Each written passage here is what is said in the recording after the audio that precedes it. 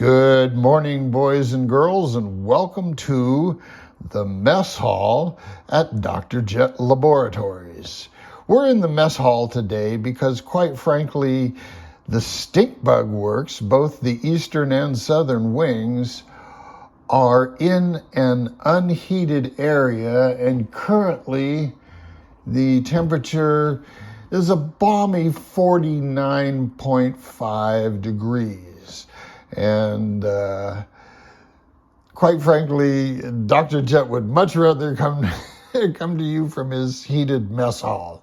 So today, I'm going to subject you to yet another unscripted, unedited, unplanned video. Some time ago, I did a show and tell, and I talked about this, and one of my viewers, and I forget who right now, I apologize for that, said, why don't you run it?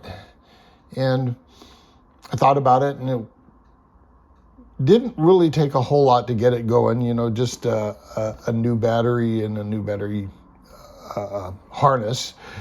But other than that, so I said, okay.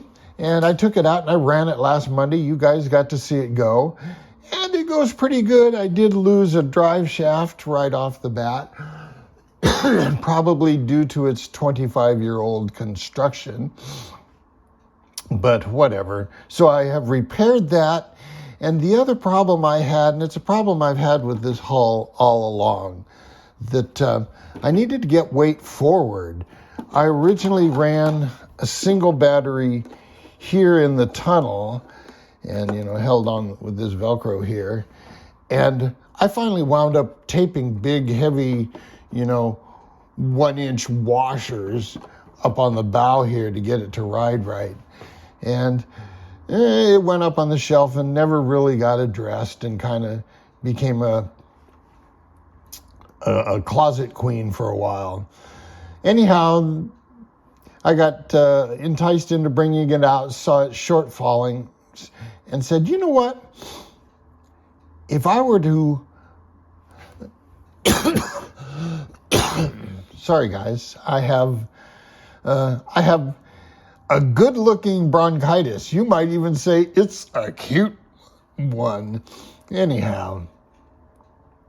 So I decided I was going to hog out the foam that was in front of the motors, and I'm actually going to run these 1.7 amp hour batteries right in front of the motors, just like that.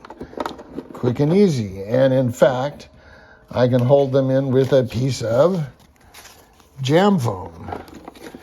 In these little boats, jam foam works well. And now you're looking at me and saying, Dr. Jet, are you crazy? You've got a spinning outrunner motor, a half-inch in front of a battery, and nothing really to stop it from moving fore and aft. Well, I hear what you're saying, and I said, well, you know what? I need some sort of protection. So I came up with this. I made a little bulkhead that will go between the battery and the motor and utilize that same piece of Velcro that I used to hold the batteries in the first place. Gotta get my wires in the slot I cut. There you go. So anyway, there you go. A quick and simple solution. If anything hits that battery hard enough to move it into the motor, I've got other problems that are more serious. So that's my workaround on keeping the batteries from hitting the motor. Put a little piece of G10 between them and call it good.